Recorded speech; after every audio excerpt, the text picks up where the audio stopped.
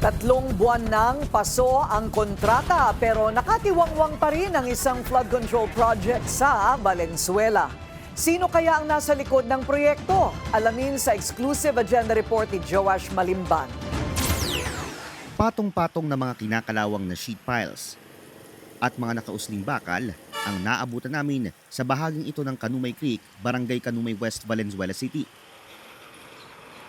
Isa ito sa mga flood control project na kasama umano sa listahan ng mga proyektong ibinigay ni former DPWH Undersecretary Roberto Bernardo kay Maynard Ngu, ang tech billionaire at former government envoy na itinuro ni Bernardo bilang bagman ni Senator Cheese Escudero.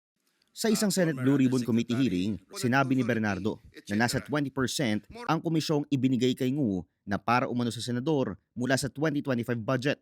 Sometime early 2025, I made the first delivery of 160 million for Senator Cheese Escudero at the Cherry Mobile Building at Maynard Ngu in Apacible Street, Manila. Thereafter, early 2025, I made the second delivery of 120 million for Senator Cheese Escudero, also at the Cherry Mobile Building of Maynard Ngu. Ayon sa DPWH Transparency Portal, March 27, 2025 ang contract effectivity date ng proyekto at may expiry date na March 21, 2026. Pero ilang linggo na lang, magsosola na uli si PBBM at nananatili pa rin itong nakatiwangwang. Mahiya naman kayo. At bagaman ganito pa rin ang itsura, nasa 93% accomplished na raw ito. Nasa 100 million pesos ang budget para sa project at hawak ng top-notch Catalyst Builders. Kasalukuyang nahaharap sa ilang kaso sa DOJ ang may-ari ng top-notch dahil sa mga maanomaliang flood control project sa Bulacan. Kasama si Siomai King founder Jonathan So at ang BGC Boys. Nakausap namin ang ilang trabahador sa project site.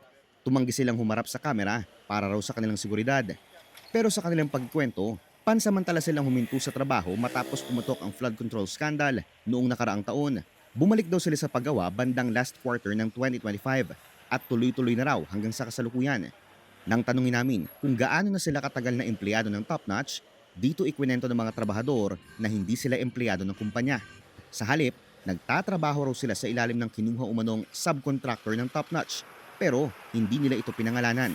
Sinubukan naming humingi ng paglilinaw sa DPWH kaugnay ng proyekto, pero wala pa itong tugon sa aming mga mensahe.